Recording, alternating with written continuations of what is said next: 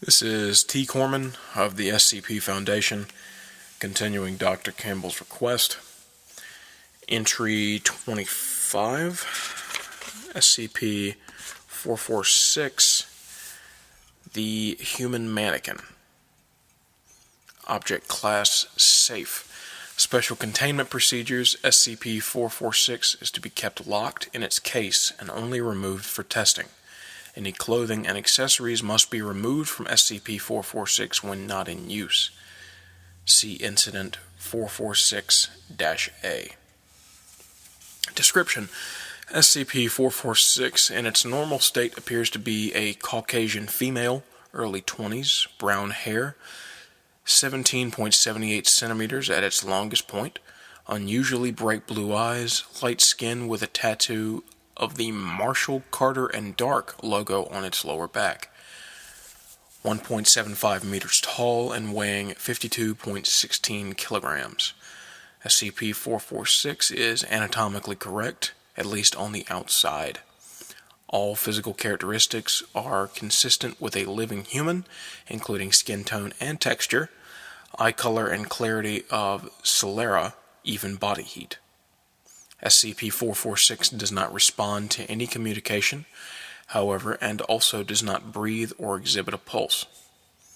SCP-446 is normally stored lying on its back inside a long aluminum box with a hinged lid. SCP-446 and its storage box were discovered in Redacted by 2 agents. The storage box itself is unremarkable, aside from a plain white label listing SCP-446's clothing sizes. When the agents attempted to lift SCP-446 by the shoulders into a sitting position, SCP-446 responded to their touch by sitting upright on its own. A gentle push on its shoulders from the front encouraged it to lie back down. Further coaxing can compel SCP-446 to stand up on its own, and it will remain standing until downward pressure is applied to the top of the head, encouraging SCP-446 to sit again. SCP-446 generally does not move without prompting of some kind, although its eyes will follow the nearest person, and it will make eye contact if possible.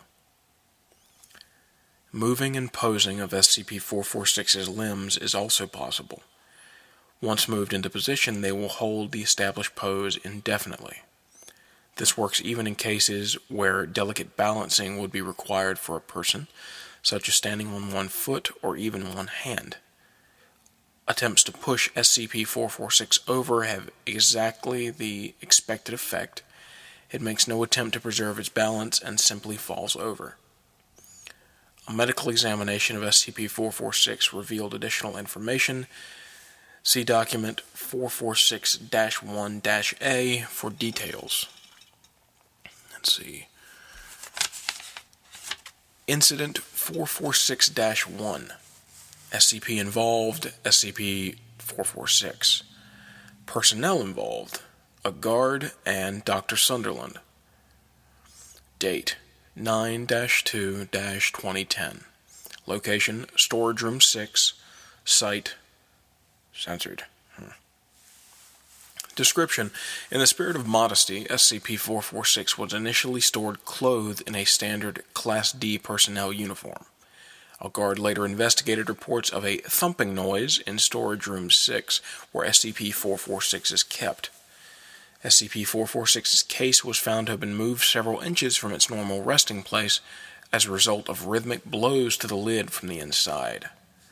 Dr. Sunderland was called in, and upon opening the case found that SCP-446 was attempting to rise to a sitting pose.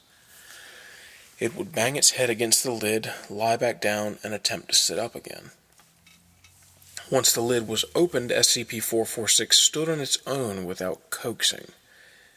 SCP-446 then put its hands together at the wrists, lowered its head, and hunched its shoulders. SCP-446 also changed its expression for the first time since entering Foundation control. Its face took on a subtle mixture of sadness and fear.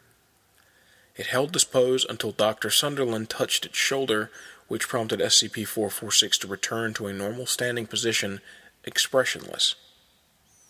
However, SCP-446 could not be induced to lie down until the Class D uniform was removed. Well, it sounds to me like kind of poses itself based on the clothes that it's wearing.